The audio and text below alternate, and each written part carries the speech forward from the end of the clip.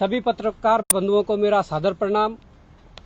आप इतने दूरस्थ स्थल पर, जहां पर सरकार ने धरना स्थल घोषित किया है, आप ऐसे दुर्गम स्थल पर पहुंचे हमारी बात को उठाने के लिए, उसके लिए आपका आभार। आज विषय बहुत गंभीर है।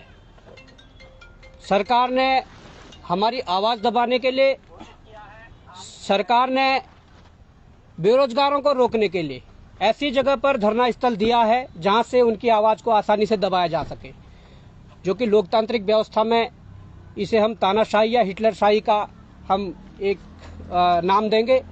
परंतु आज जो बात मैं आप सबके सामने रखने जा रहा हूं, मुझे बड़ा कष्ट हो रहा है ये बात रखने में, मुझे बड़ा दुख हो रहा है। मेरा मन बहुत दुखी है कि जिन मांगों को लेकर उत्तराखंड बेरोजगार संघ आंदोलनरत है, जिन मांगों को लेकर बेरोजगार संघ चिल्ला चिल्ला के सड़क में चिल्ला रहा है, कभी विधानसभा के बाहर जा रहा है, कभी मुख्यमंत्री आवास जा रहा है, कभी सचिवालय जा रहा है, कभी प्रदेश के अन्य जिलों में जाकर अपने छात्रों को समझा रहा है, अभिभावकों को समझा रहा है।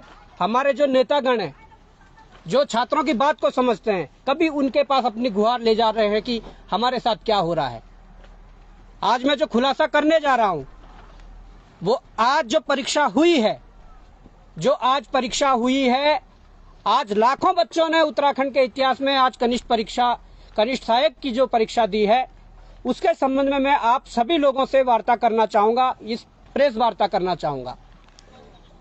आज ये पेपर देख रहे हैं, ये मेरे हाथ में आज के पेपर हैं। ये सेट ए है, ये सेट बी है, ये सेट सी है और ये सेट डी है। मैं आपको बता दूं कि अब बात क्या है।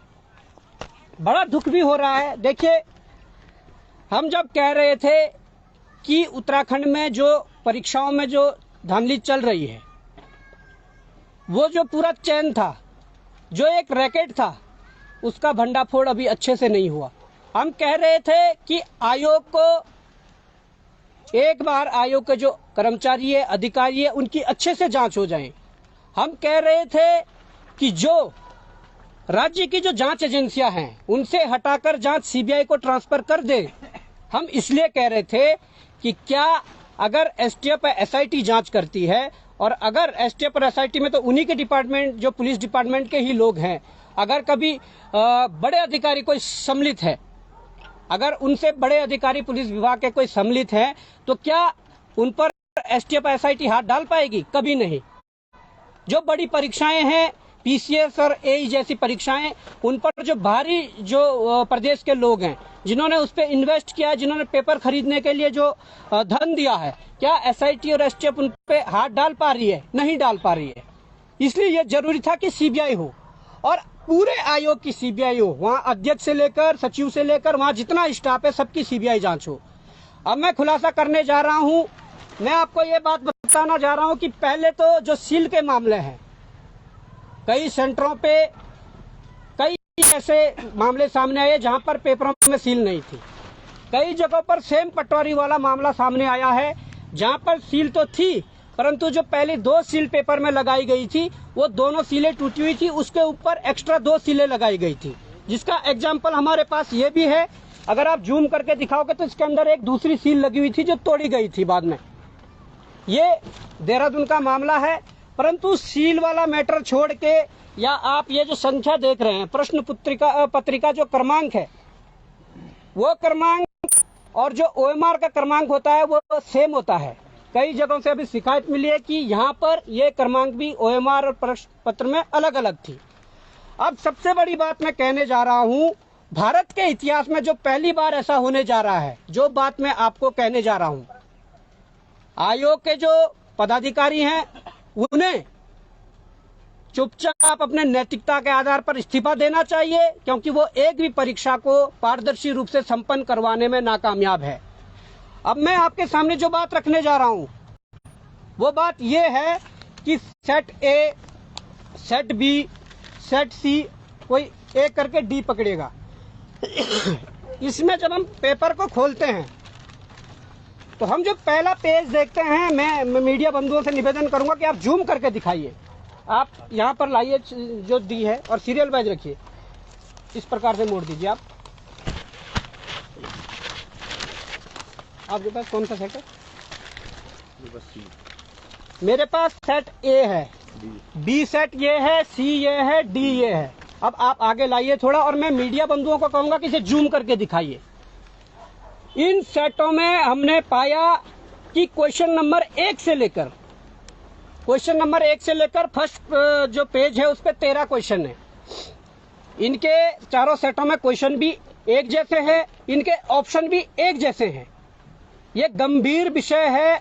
और यही नहीं, जितने भी पेज आप खोलोगे नंबर 1 से नंबर 100 तक, मैं ये लास्ट पन्ना खोल लेंगे सभी, नंबर 1 से और नंबर 100 तक ए बी सी डी चारों सेटों में आप देख सकते हैं कि सेम क्वेश्चन है, सेम उसके ऑप्शन दिए हुए हैं। ये बताता है कि स्पेशल किन्हीं लोगों को फायदा पहुंचाने के लिए। अब फायदा कैसे पहुंचाया जाता है ये मैं भी आपके सम्मुख रख देता हूं। फायदा ऐसा पहुंचाया जाता है कि जिन लोगों ने कभी पेपर में सिल्क के साथ छेड़छाड़ करके या उसकी उत्तर कुंजी को हासिल करके अपने बंदों को जिनसे पैसा लिया होगा, उनको एक छोटी सी पर्ची में 1 से 100 क्वेश्चन के ऑप्शन दे देते हैं कि क्वेश्चन 1 का डी है, बी का बी है, सी का ए है।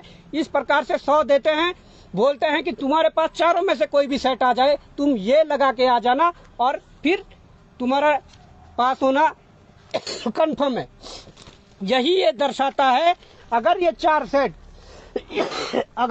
सेट बनाने थे, आपने 1 से लेकर 100 तक क्यों इन क्वेश्चनों को सेम रखा? 1 से लेकर 100 तक क्यों ऑप्शनों को सेम रखा? ये बड़ा सवाल होता है। और ये बड़ा सवाल इसलिए भी होता है, प्रदेश का युवा चिल्ला रहा है कि जांच करिए फिर हम परीक्षा देंगे। प्रदेश का युवा त्रस्त है। ये लोग जो है वो मानसिक शोषण कर रहे हैं। प्रदेश के युवा ने तो आज देख लिया है कि तुम्हारी परीक्षा करवाने की तरीका क्या है। मैं आरोप लगा रहा हूँ, हमारे पास सूचना है कि पटवारी का जो दोबारा पेपर हुआ वो पेपर बाहर था। जांच करना आपका काम है और चीजें देना हमारा काम है, परंतु आज तो हमें भरोसा नहीं है यहाँ के जांच एजेंसियों पे, यहाँ के सरकारों पे, यहाँ के जो कोई भी जो आयोग है उन पे भरोसा इसलिए नहीं है कि जांच किससे करवाएं, क्योंकि ये सब मिले हुए हैं। इनके पास जो चीजें देते हैं उन मामले को दबा देते हैं। दुख इस बात का है, अब इस राज्य की जो जांच होगी वो कौन करेगा? कौन ऐसा व्यक्ति होगा जिस पे विश्वास किया जा सके? इसलिए भी ये अब समस्या है। पुलिस के पेपर में भारी अनियमितताएं हैं। पुलिस के पेपर की भी सूचना पेपर बाहर था। फिजिकल में जो नंबर बढ़ाए सो तो बढ़ाइए, परंतु उसकी जांच कौन करेगा? मैंने वही कहा था कि एसटीएफ एसआईटी जांच कर रही है। अगर उनके ही बड़े आला अधिकारी अगर पुलिस के परीक्षा में सम्मिलित हो तो क्या उन तक वो हाथ पहुंचा पाएंगे? क्या उन तक वो हाथ डाल पाएंगे? कभी नहीं। इसलिए मैं कहना चाहता हूं प्रदेश के अभिभावकों से, ये आपके सामने सब साक्ष्य हैं। हम कोई हवा में बात नहीं कर रहे, हम साक्ष्यों के साथ बात कर रहे हैं। भारत के इतिहास में पहली बार ऐसा हुआ है कि 4 सेट दिए गए ए बी सी डी और चारों सेटों में 1 से लेकर 100 क्वेश्चन सेम है और ऑप्शन भी सेम है। जबकि सेट में 100 क्वेश्चन तो एक जैसे होते हैं, परंतु अलग अलग सेटों में जिस क्वेश्चन का कोई सीरीज 1 होगा, दूसरे में 20 होगा, 15 होगा, इस तरीके के होते हैं। परंतु इन लोगों ने सॉफ्ट टारगेट करवा के लोगों को फायदा पहुंचाया है। अब ये जांच का विषय है, पर सबसे बड़ी बात यह है, अब इस प्रदेश का मुख्यमंत्री इस्तीफा देगा या इस आयोग के अध्यक्ष सचिव या और जो पदाधिकारी वो इस्तीफा देंगे? क्या नैतिकता के आधार पर इस्तीफा नहीं देना चाहिए? आप एक पेपर भी सही से नहीं करवा पा रहे हैं, ये हमारा आरोप है और ये जांच का विषय है। कैसे हुआ, क्या हुआ, अब इस पर मुझे उम्मीद है कि प्रदेश का युवा समझ रहा है। आप अपने आस पड़ोस में जाकर चारों सेट देखिए, चारों सेट में सेम क्वेश्चन है। उसके बाद आप तय कीजिए कि गलत कौन है, सही कौन है। जो आरोप लगाते हैं कि राजनीति कर रहे हैं, जो आरोप लगाती है सरकार कि ये लोग गुमराह कर रहे हैं, तो आप ये जान लीजिए गुमराह सरकार कर रही है, गुमराह आयोग कर रहा है, गुमराह बेरोजगार संघ कर रहा है। ये आपको तय करना होगा। ये धरना स्थल एकता विहार में हम बैठे हुए हैं, यहाँ रात दिन बैठे हुए हैं। अब आप देख लिए, अपने भविष्य को यदि सुरक्षित करना है तो आइए। जब तक हम फिर से सड़कों पर नहीं उतरेंगे या जब तक इनको सबक नहीं सिखाएंगे, तब तक ये हमारे साथ ऐसा छलावा करते रहेंगे। धन्यवाद।